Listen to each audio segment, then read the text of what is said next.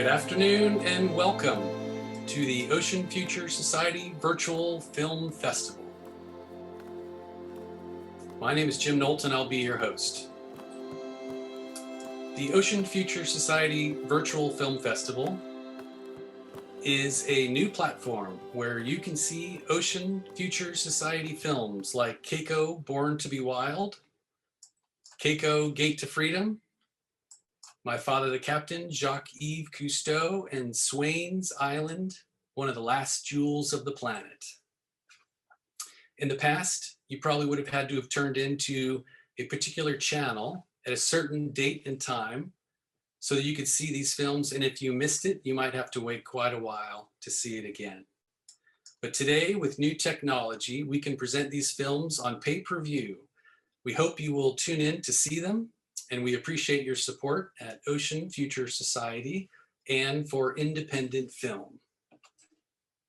Today's presenters are Jean-Michel Cousteau, president of Ocean Future Society. He's the executive producer of My Father the Captain, and he is the son of Jacques Cousteau. We also have Céline Cousteau, who is the founder and director of Cause-Centric Productions. And she is the daughter of Jean-Michel and the granddaughter of Jacques Cousteau. She's also in My Father the Captain. We'll play clips of the show today, and Jean-Michel and Céline will discuss them, and that will take about 30 minutes. And then after that, we'll have about a 30-minute question and answer session. So if you'd like to ask questions, there is a question box on the screen, and we'll try to get to as many of them as we can at the end. Both Jean-Michel and Céline are celebrating this year. Jean-Michel is celebrating his 75th year of scuba diving. Jean-Michel likes to tell the story. When he was 7 years old, his father put a tank on his back and pushed him overboard. So 75 years makes Jean-Michel the diver who's been diving the longest ever. Céline is celebrating the release of her film, Tribes on the Edge, about the plight of the indigenous of the Amazon rainforest, on iTunes and Amazon. So congratulations to you both.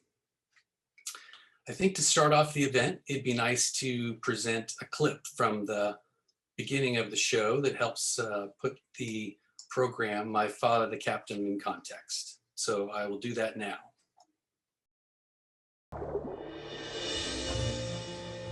Jacques Cousteau was also my father.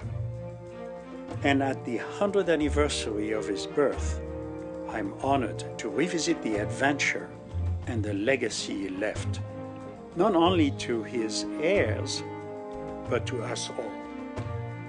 I want to remind us that he was a pioneer and a visionary. I want to hear from those who listened to him, were inspired, and are still working to better our world. To honor his 100th birthday, members of the original team of Calypso will join me and my son and daughter, Fabien and Céline, to dive off the coast of France, where it all began. We'll share memories, tell stories, describe the inspiration and the influence. The time has come for me to share with you the adventure of My Father the Captain, Jacques-Yves Cousteau.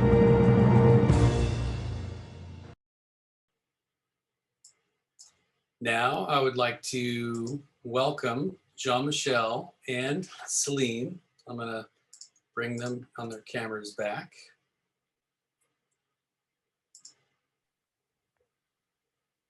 Hello, Céline, and let's see, Jean-Michel. I'm going to ask you to unmute your microphone.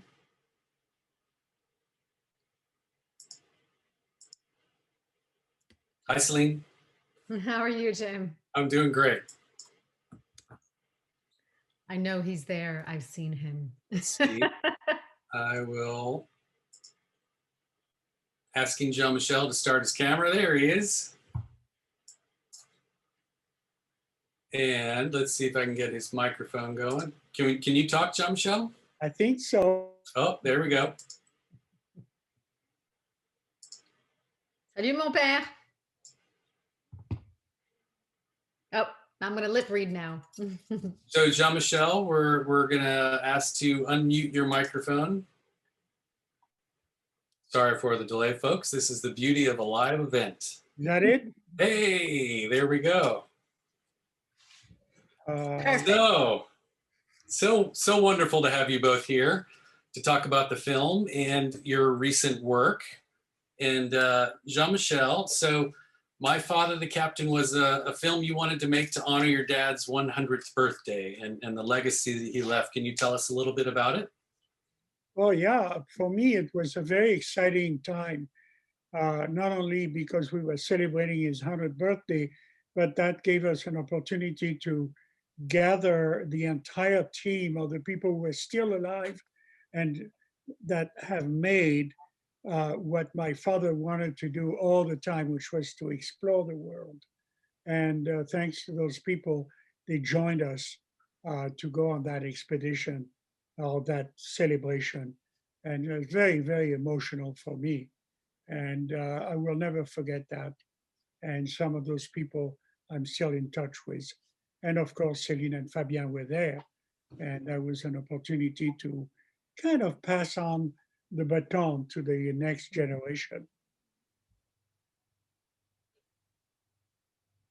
That's great, Celine. And you were on that dive too, on the Grand Conglou, which was a site near the south of France where maybe a Roman ship 2,000 years ago sank, and Calypso did a dive on there in the 50s to recover lots of amphora.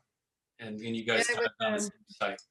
It was the first time I had gone diving on that site. So for me, it was a return to history and being a witness to that more in the philosophical sense. But diving with my father and others from Calypso, the Anciens de Calypso, the original divers, was just really emotional and an amazing opportunity to celebrate the work of my family and, of course, of my grandfather.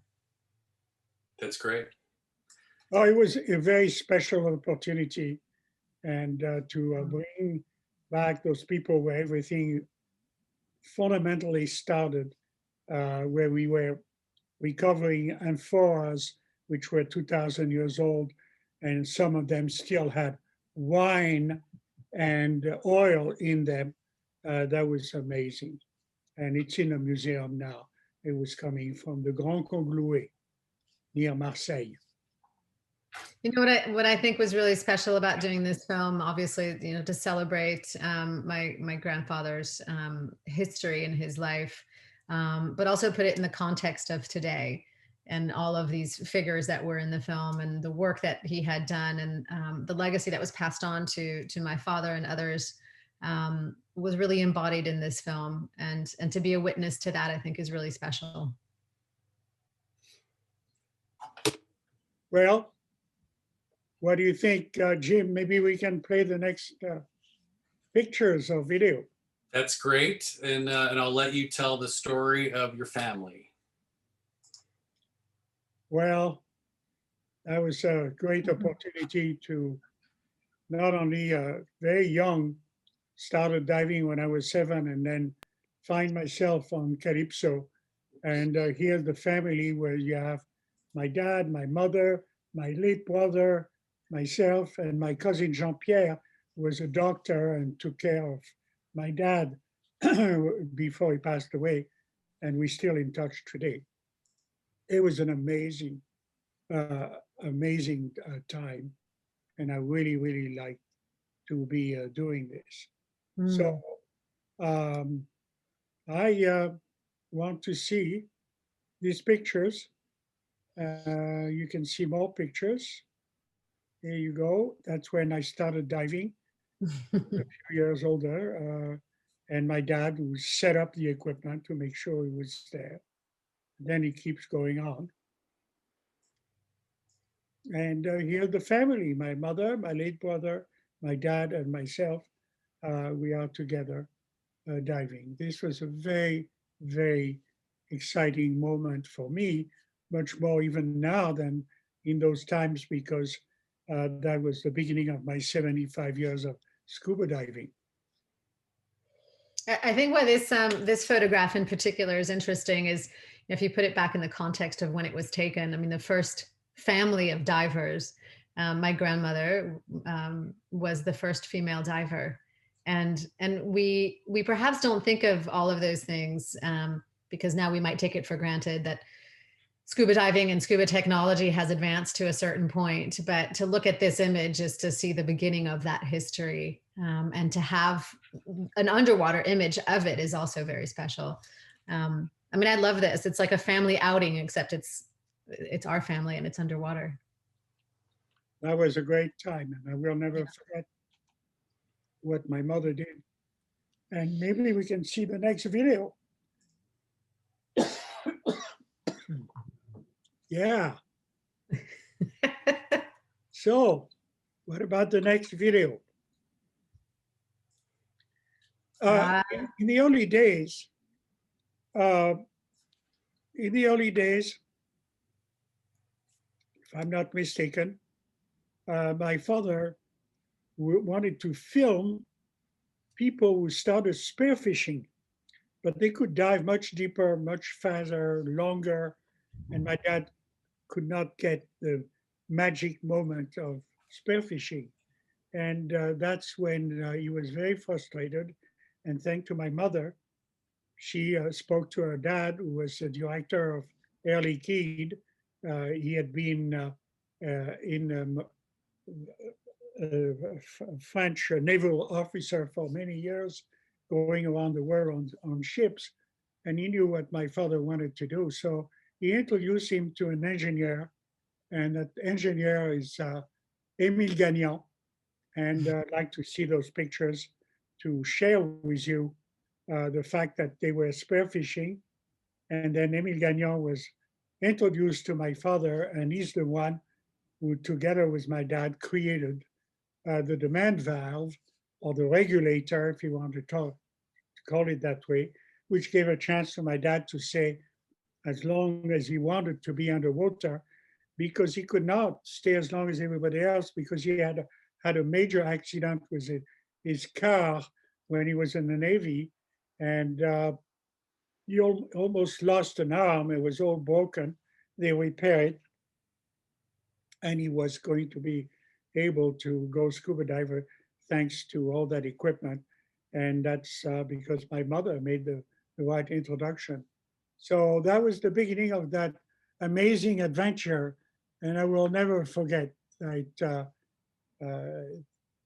my dad was able to dive with a tank, and the next show can show you now.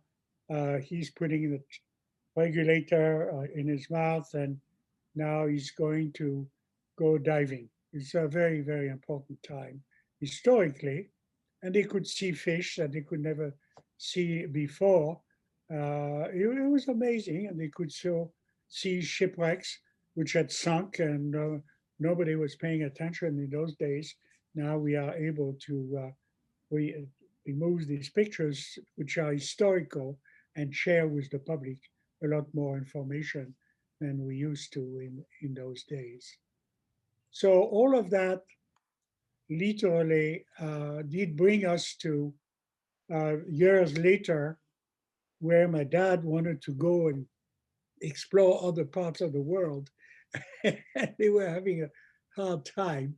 And amazingly, he met a gentleman from England who said, "Oh, you want a ship? Well, maybe we can do something about that." And that's when he literally spoke to my dad. And here's Calypso, which was a minesweeper, which has been built in the United States, in Oregon, out of local wood. And there were 5 or 6 of them. And it was Calypso number 3, and there was Calypso 1, 2. And he managed to make that available to my dad. And he said, provided that you create a not-for-profit organization and you give me a symbolic compensation of 1 franc, it was francs in those days, a franc a year, and you can have this boat. And that's when Calypso came into the picture. And I'd like to show you more pictures because from there, all the repair that was made, we became to that vessel where ultimately we had a helicopter on the board and the diving equipment and submersibles on board. And we could accommodate, I'll say, 25 people maximum. And what's amazing, as you just see now, the person who moved on board was my mother, and she moved on the ship, and she's been living on Calypso more than my father, my brother, and myself together. Calypso was her home, and the people on Calypso loved her. Remember in those days with no connections with the rest of the world, when you were gone for weeks or months, and they would confide on her about their personal history, all kinds of things, and she kept that personally and did everything she could to help everyone on board. That was a very, very exciting time. And Céline Cousteau, of course, was a very important part of the team. And here she is on board with my dad and with one of her favorite dogs, one of the first ones, Scaff, for Scaphandrier. I remember playing with that little dog, and he lived there for, I don't know, 10 years or so, 15 years. And then she replaced it by somebody else when he passed away. That was an amazing time, and I will never forget.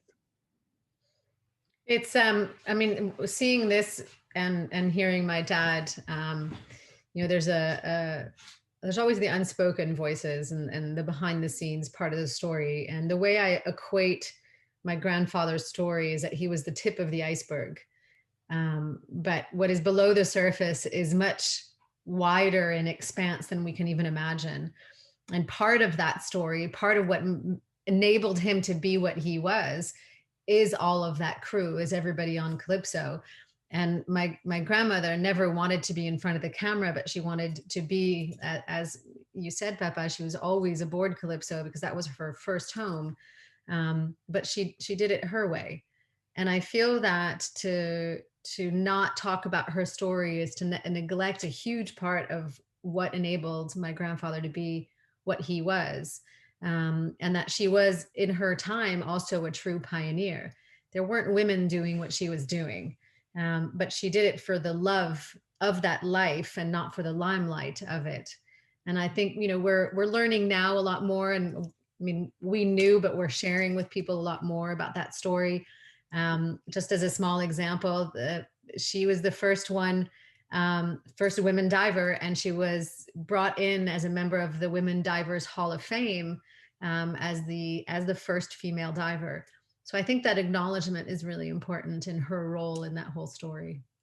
Céline, I don't know if you know that story, but when my father was testing the equipment, the regulator and everything, it was in Paris because the engineer, Émile Gagnon, was in Paris.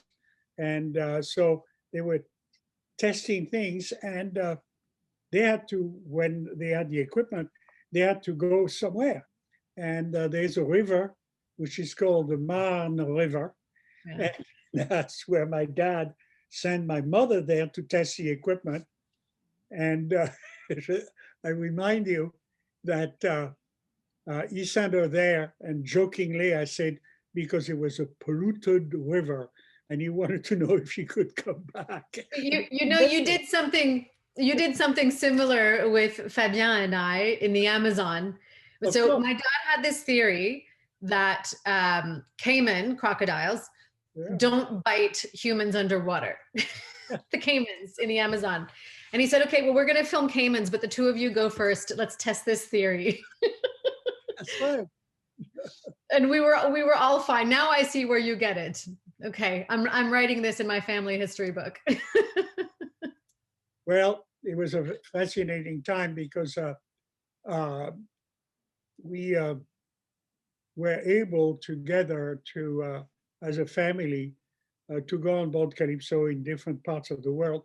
But it was decided, and I have to say, thanks to Ted Turner, we were allowed and able to financially to go in the Amazon.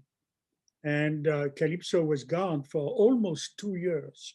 Mm. And well, what do we do with your mother and the children?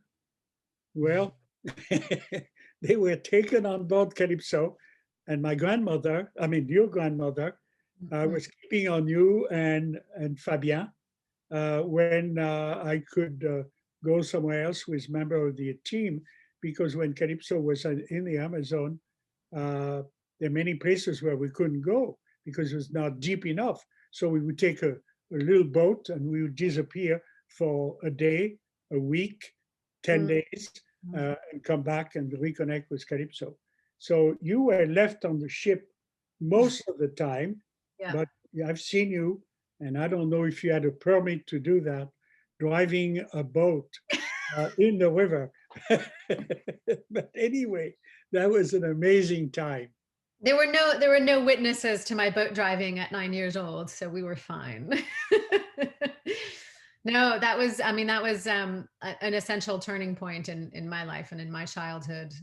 Flying down with Jacques, boarding Calypso, Moni, my grandmother was already there. Papa, you were on a raft somewhere with Fabien. Maman was somewhere else in the jungle on a land expedition. And so I was under the care of my grandparents. And I remember really well those 2 weeks spent aboard and all of the different little details of the things that I witnessed in terms of, you know, just walking on a sandbank and thousands of little brown gray frogs jumping around my feet, or walking into the jungle to buy bananas from a man literally in the middle of the jungle, nothing else. And there's a man sitting on the shore with a bunch of bananas.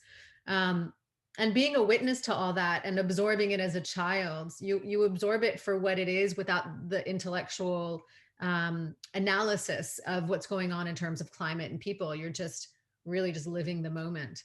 But obviously it has stayed with me. Happened to you? Something happened to you? Something happened to me. I keep going back to the Amazon. We went back. This might be a good time, Tim, if you want to switch to the to showing some of the other content, photos of my father, myself, and the expedition in the Amazon. But this link that happened for me when we went to the Amazon has come back. Papa, you and I went again in 2006 and 2007 to do Return to the Amazon for PBS, which was a part of a series called Ocean Adventures. And we went back, so this is some 25 years after that original expedition. And thanks to the work that you did, we were able to go back and explore places that Jacques had been in the early 80s, and to really document the difference of then and now in the ecosystem, and with the people and the species, and obviously in the context of climate change as well. It was then that I met the people of the Javari territory. 2007, my dad sends me in, this is in the Brazilian Amazon, he sends me in to negotiate bringing the team into this, to the indigenous territory. I was a little younger in that photo than 9, but yeah, that puts the context. But so we were negotiating to bring the team into the Javari territory again, to go back where Jacques had gone, and that expedition. And it was then that we filmed a meeting, a conference of all of the contacted peoples of the Javari territory, which was an incredible opportunity. That was in the mess hall. Where's the boss? Yeah, there's the boss. There's the boss. It's fun, you know. It's interesting. In the public eye, Moni, my grandmother, was one specific type of person. But she was always just my grandmother. And I just remember, you know, her watching over me when I was aboard Calypso, and, you know, eating in the mess hall and being seated between my grandfather and my grandmother. And I remember a big piece of lettuce. This is just an off story, but a big piece of lettuce on my plate, and they were watching how I folded it, because you're not supposed to cut your lettuce. It's not proper. And I felt their eyes on me as I was folding the lettuce, and then the little nod of approval when I got it right. All right. So Calypso wasn't just an expedition ship. It was also, yeah, it was educational territory as well. Well, you have images from your adventure? Say again, Papa? Do you have any images of? Yeah, so we well, so just as an introduction to, yeah, I'm going to show you guys a trailer of Tribes on the Edge, which is the feature film that Jim mentioned at the top of the show, which just came out last week on iTunes, Amazon, and a lot of other SVOD platforms, streaming platforms, in the US. Yeah, thank you. It's a 10-year project. My father knows this well. So upon meeting the people of the Javari territory in 2007, I knew I wanted to do something more than what we had done. And it came to me in an email from Beto of the Marubo tribe, who asked me to tell the world their story, that they don't want to just survive, they want to live. If we can show the trailer, Jim, that would be fantastic. It'll show really the heart of what the story is about. Jim, yeah. thank you.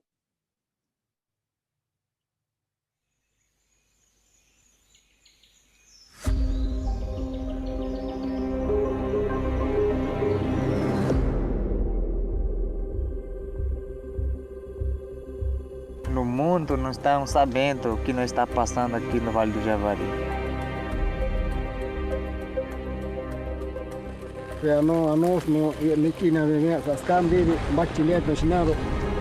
Greed is what has driven the invasion of other people's lands over the course of human history.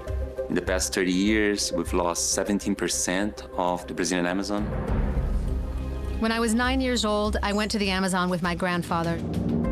25 years later, I returned to the indigenous territory. If they disappear, so will that rainforest. Morrendo nossos parentes. A saúde que está uma situação crítica em atendimento à saúde das populações indígenas. We do not need to repeat history. If I truly believed in community and the interconnection of people in the world, I had to help tell his people's story. I had to go back to the jungle.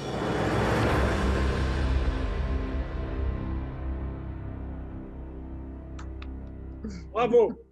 Merci.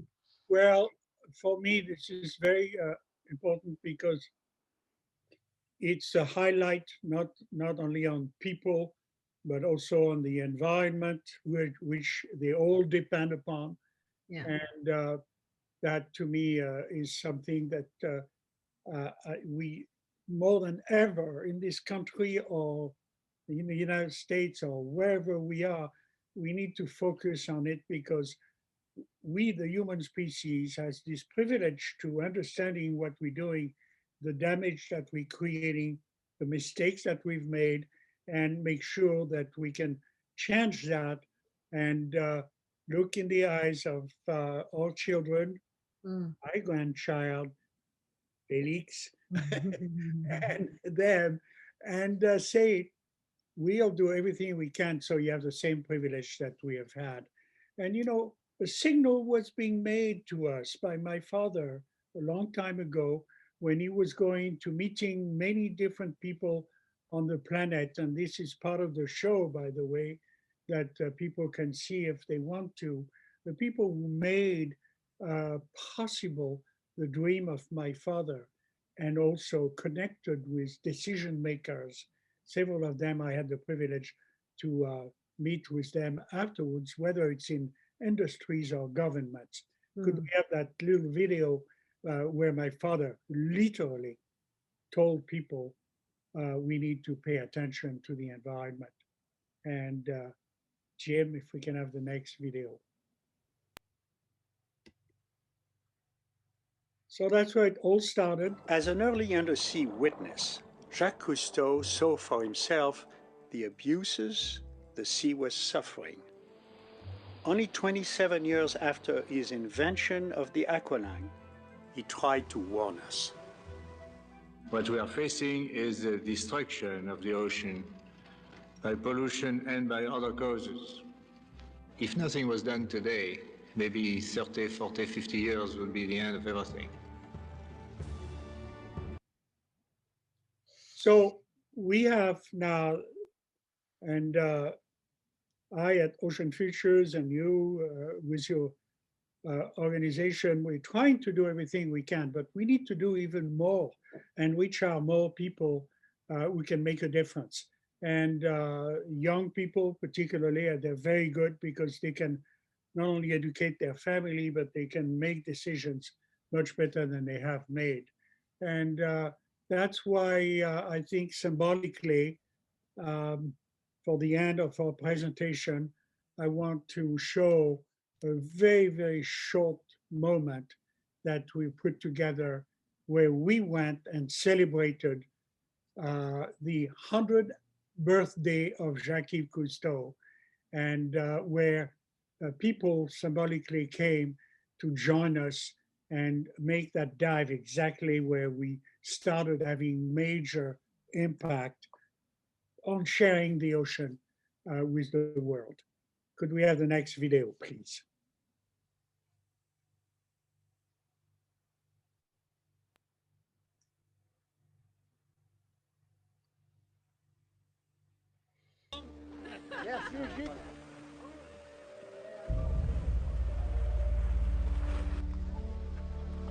These are the old timers and our family and people who could not dive or didn't dive that day.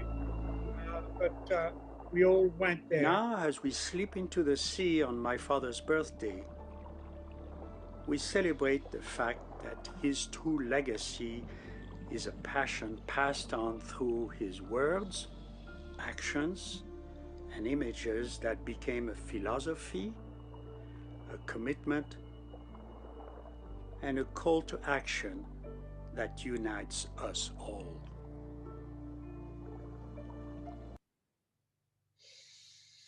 Well, that was a great opportunity for us to share that with the public, and we'll do even a lot more because in the next 20 years or more, I will continue diving and Céline will continue protecting the diversity of our species, which is fundamental and very symbolic of nature, whether it's plants or animals. And the diversity is synonymous of stability. And that's very, very critical. So Céline, I'd like you to tell us a little more about the adventure that you had the privilege of sharing with other people. Well, I love the idea of humans being counted amongst the biodiversity of this planet, because I really feel through the experience that I've had with the indigenous people in the Amazon is to really show that people are capable of tremendous good, and that there are areas in the world where the presence of humans is actually beneficial to the land. What I learned not through this whole project, several things that I think are just very key for us to remember. In a very simple way, you know, if you think about breathing, about 50% of our oxygen comes from the oceans, from microscopic phytoplankton, the other 50% from land. And so we owe our very life to the ecosystem on which we live, and we become part of it through that breath. 1 in 5 breaths comes from the Amazon specifically. And where there are indigenous people in the Amazon, there's no deforestation. There's actually less deforestation on indigenous land than there is on conservation land. So we can really start to understand our link to these different ecosystems above and below water, to the people that protect these ecosystems, whether it's through NGOs, science, or indigenous peoples. And our relationship with the planet depends on its well-being. Our well-being depends on it. I think in all of the work that we have done for 3 generations, it really comes down to that. And as you've said, Papa, no biodiversity, no diversity, no life, both in human terms and in planetary terms. So in the end of the day, that's really what we're trying to protect and the work we're trying to continue doing. We can't do it alone, obviously. I was happy enough to be able to take time last year to write my first book, which is only in French at the moment, but it's called Le Monde après mon grand-père, the world after my grandfather. I didn't want to write another biography. It's not about him. It's about the world after him and what we as a family have done, and in essence, the inheritance that we share with all of you. And that's really the important part, is you're a part of the story too. It's funny that you got your book out, and at the same time, I finished a book which will Yes. be published in different parts of the world, Yeah. which is called The Sea in Us. The Sea in Mm. Us. Anyway, Yeah. so I think we now have gone way beyond what we were supposed to do time-wise, but I'm so excited to be able to try to answer some questions which some of the people have submitted. And if Jim can help us, let's get some of those questions. Thank you very, very much. And I'm so glad we can share that with you. And if you want to see my Father the Captain film, that's the time to do it. Okay, good job, Jean-Michel and Céline. That was really nice. And I have to say, there are lots of people glowing online that are saying thank you to both of you for your presentation. And so many of them are our friends and colleagues and people we've worked with. And so thank you all for showing up. We appreciate you guys being here. And we have people attending. For the ones at least put their location up, from France and Idaho, Paradise, California, Long Island, New York, Maine, Salt Lake City, Michigan, Athens, Greece, and Ventura, California. Awesome. So that's really cool that through this technology, we can reach out to the world in these strange times. And that's part of the inspiration for the festival, is that, with COVID-19 happening, we can all still get together and we can all still be inspired. One of our viewers is in Lexington, Massachusetts, and she's with 20 kids in the Ocean Science Club. And so their question is, what practical advice could you give for youngsters? I believe they're in 8th or 9th grade. What could they do to make a difference? Oh, wow. My opinion, and I'm sure you have your opinion, Céline, or maybe it's helping each other. For me, education is absolutely critical, because young people are like sponges. They absorb, it gets in there. And I remember things I was doing when I was 5 or 6 years old in south of France. And I can tell those stories. I think the best investment that we can do is to provide teachers with all the information that they can pass on to young people. And that, to me, is what we're doing with different places on the planet, but with the Ritz-Carlton Hotel, where we have a program, Ambassador of the Environment. We also have on an island, the Catalina Island, the program which is called CELP, Catalina Environmental Leadership Program. We have the family camp, and we are on and on and on. But it's all focusing on either the kids or the parents to pass on the message to the children. So your turn. No, I definitely agree. I think education is key. And I would say that students can utilize their presence in schools to request their schools to have more environmental education as part of their curriculum. They don't have to wait for it to come from top down. Now, with access to so much information, we're no longer in the dark about what happens on the other side of the planet, but it is up to the educational institutions to offer more, I think, more education in a more profound way as to our relationship with the planet, the importance of biodiversity, the importance of people, the importance of different species. So that would be one, like ask your school to give you more content, more information.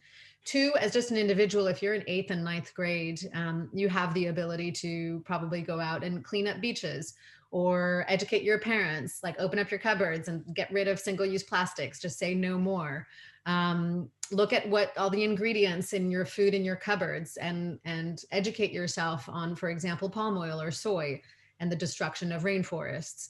And tell your parents, like, no more palm oil. Let's try to like take all of this out of our system. You can start raising funds, I think, for organizations, or volunteer your time, or start looking at career paths or even volunteer opportunities within organizations or projects that you're passionate about. It doesn't have to be what we're talking about today, what we're passionate about. But I think if you develop an interest in something, follow that through. And if you're interested in being a doctor, an accountant, or a lawyer, all of those skills, that expertise can be really supportive towards different environmental and humanitarian projects. So don't think you just have to follow a path within the environmental realm. We all need to band together to support. 2 thumbs up. Very good, very good. And since I mentioned earlier, now people are saying where they're from, and there's Puerto Rico, Connecticut, Texas. Nice.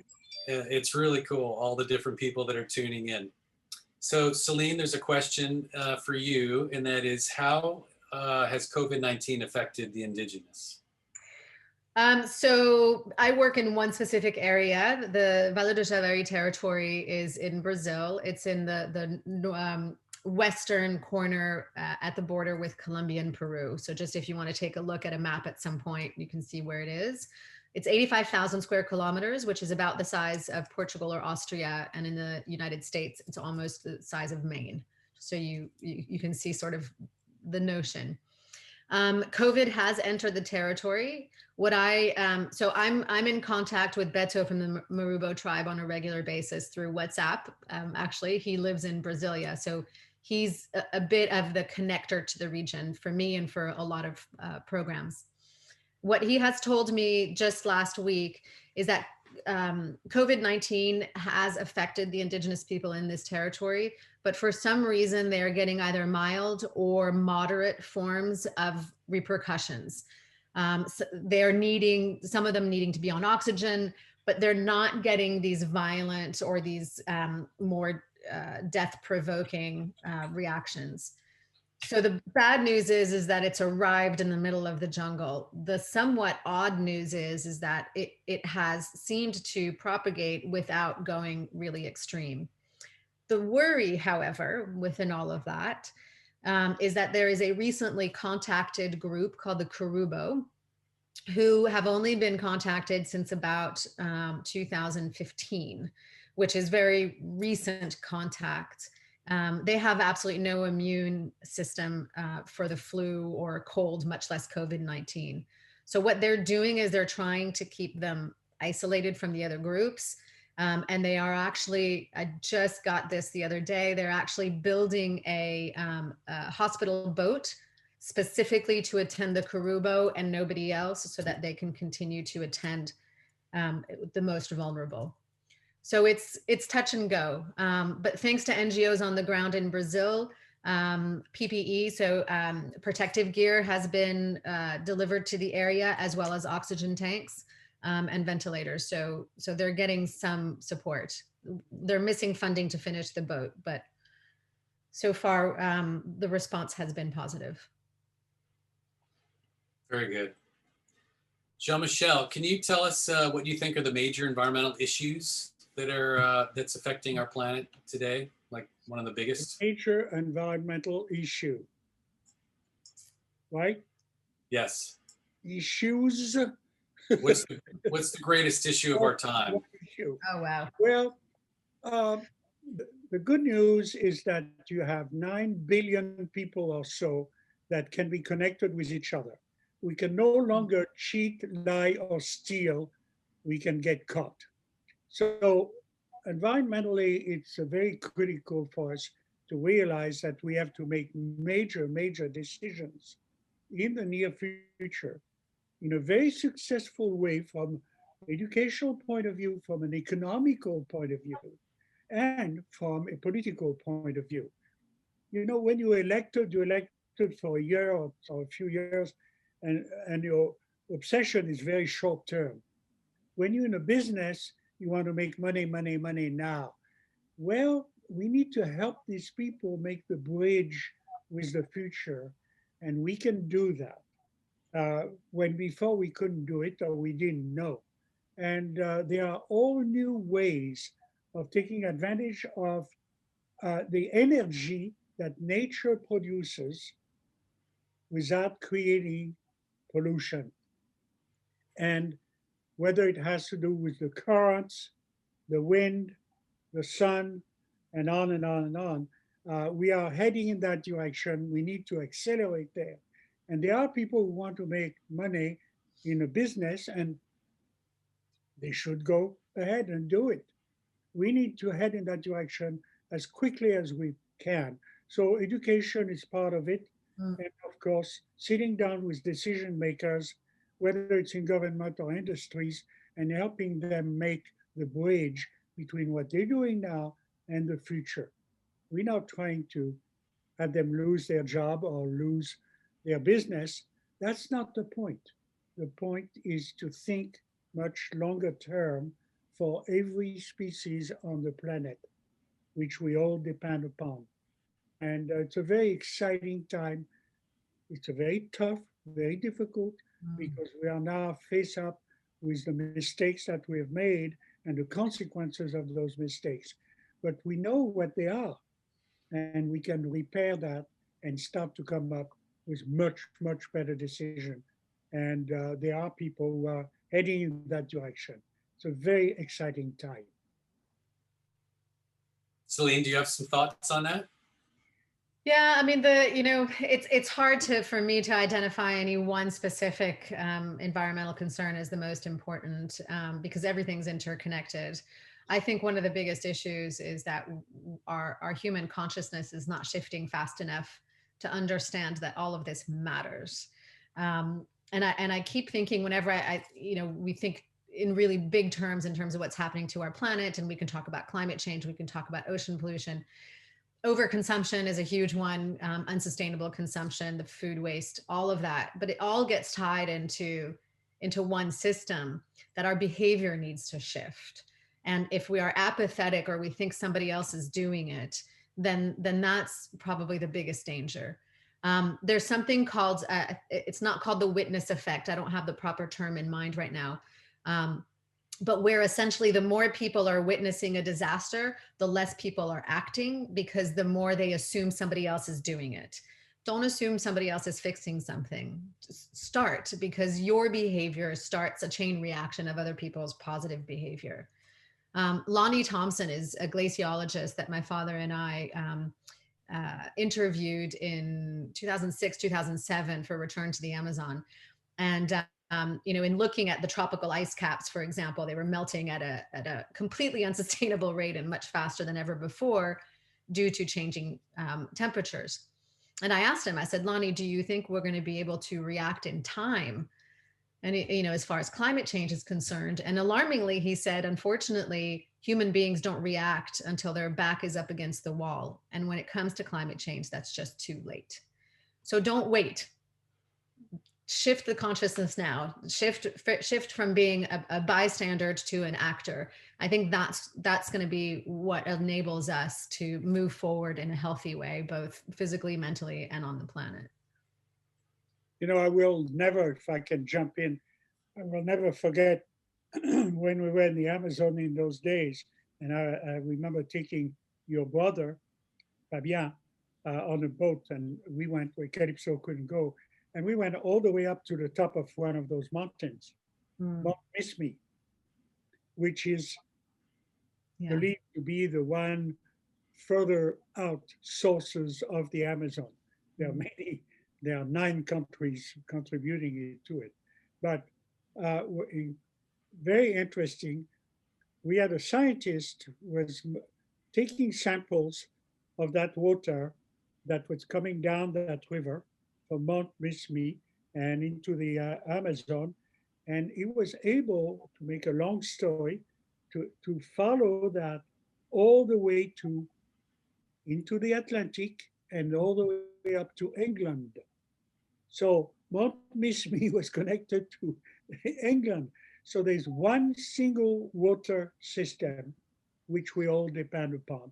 And the Amazon is a very, very symbolic place for us to understand that we need to do the right thing to protect ourselves and protect, of course, by protecting the people and the land and the plants and animals that are into the Amazon or on the land is protecting us. And that's what it's all about. Very good.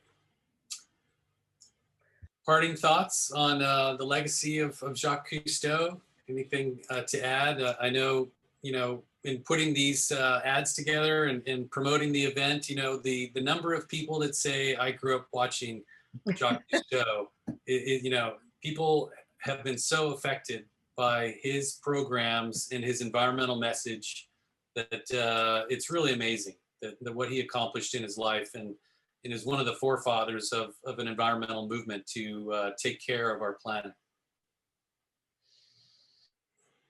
Well, okay, all I can say is that we want to help. Yeah. We're there to help, to do everything we can to help. And we're glad that people are concerned more and more. And we want to do whatever we can to help them make better decisions than we have made in the past. Other than my daughter, I never make mistakes. Other than wait, I was waiting for the rest of the sentence. We all make mistakes, so we have to admit that and do everything we can to slow that down. And it's interesting because here you are in south of France right now. I am in California, in the United States. We could never do that when we were in the Amazon when you were a kid. No. So it's amazing. I mean, the rate at which things change for the good or not, but in terms of what you're talking about, in terms of technology, I mean, when, so many years ago in the early 80s, there was no accessibility communications wise, and now we can be anywhere and have this kind of contact, and which is an amazing thing because we can share these stories far and wide. Jim, to address that question about the legacy of our family, when people say, oh, you're so lucky to be in this family, et cetera, I said, but anybody who has been inspired is part of it. And you just said it, you're like, I hear this all the time, no matter what country I go to. Oh, I grew up with your grandfather. I'm like, really? I did too. That's amazing. Well, and you start to realize the legacy isn't about blood relatives. A legacy is about what inspires you and what you do with it. I could have been born in this family and done something different. I studied psychology. I studied intercultural relations. I utilize all of that now back in the context of what I'm doing, putting humans at the center of the environmental story. But anybody who says, oh, I grew up with your grandfather, or one day they'll say, I grew up with your father, I grew up with you. Well, what do you do with that? Do you become an ocean advocate? Do you become an Indigenous ally? Are you recycling? Are you composting? I mean, I think that all of that really matters for you to embody what it is that you're inspired by. Well, what it means is that those people can help a lot. And thanks to them taking the time to absorb whatever information we can pass on, they'll be making better decisions. And that's what we want to do. Yeah. And we can I just thought of, Pam Stacy was the writer for My Father, the Captain, Jacques-Yves Cousteau. Yeah. And the clip we played at the end has a really good, some narration in there that you were reading, Jean-Michel, written by Pam. And it says that we celebrate the fact that his true legacy is a passion passed on through his words, actions, and images that became a philosophy, a commitment, and a call to action that unites us all. Yeah. Thank you, Pam. Pam is amazing. I think this is the, going back to the beginning of this talk and some of the photographs, and I keep going back to this image of an iceberg, is that the people behind the scenes, Pam, the production teams, the scientists, the people in the field, they all made this possible. We have an amazing opportunity to have platforms in which to share these stories and share this information and share the expertise of those who are in the field. But it's the team that makes it possible. And to not acknowledge that is to not honor what it takes to get to where we all are today. And so a lot of what we presented today were photos of the family history, and both of your take on your grandfather and father. And a lot of what this show, My Father the Captain, has is how Jeek, as he was referred to, affected many people. And so there's a portion of this documentary where people like James Cameron and Sylvia Earle and others talk about how he influenced their life. And so it's not only really a historical perspective of Jacques Cousteau, but really about how he influenced us and changed the lives of many people. Well, for me, it was a privilege to be able to go and connect with not only the past members of the team, but people who are part of the movement on the planet to change the way we treat that environment and which we all depend upon. And of course, with our mission of Ocean Futures, which is if you protect the ocean, you protect yourself. And that is everybody, every human being, every plant, every animal on the planet is totally connected to that water system.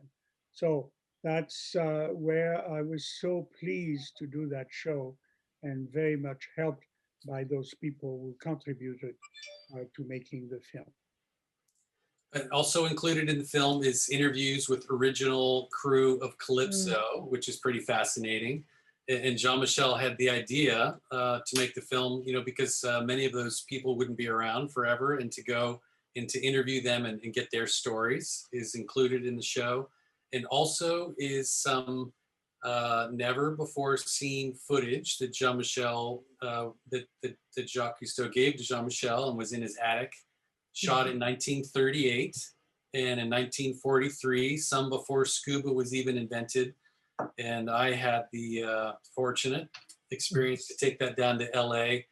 And it was little reels of silver nitrate, 35 millimeter film that Jacques Cousteau had taped together to put in his camera around World War II. And some of those shots are the earliest underwater scenes ever recorded.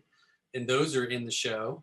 And so lots of reasons to check out this program, as well as some of the other films on the Ocean Futures Virtual Film Festival site.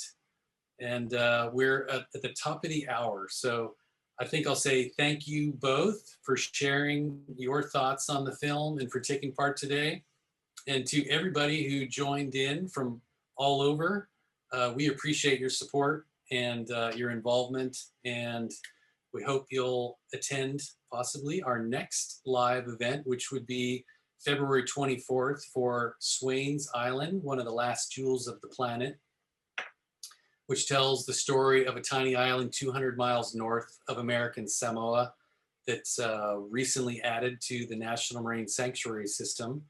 And we went there with a team of scientists who wanted to do a survey of the island, because it turns out that Swains Island was an important resting stop as Polynesians migrated to the rest of the Pacific using this important tiny island. So, so that's coming up in the future, and you can rent that on the site anytime you want. So thank you all for taking part. And with that, I guess any parting lines from you guys? We've said it all. All right, you guys. Thank you, everyone, for participating, and thank you both. It's been my pleasure. Thank you very much. And thank you, Jim. Thank you, Céline. I'm glad we could do that together. So am I. So am I. It's a wonderful opportunity in the absence of physical presence, just to be able to do this and have a conversation. Thank you to everyone who attended as well. Please say hi to the boss. I will. The boss is sleeping. You're talking which one? The the little boss. I'm thinking about Felix, of course. Oh yeah, it's 10 p.m. here. He's long into dreamland. But Chapkin also was very involved in many of our expeditions. Yeah. So thank you, the three of you. Bye. All right, guys. Thank you, everyone. Thank you so much.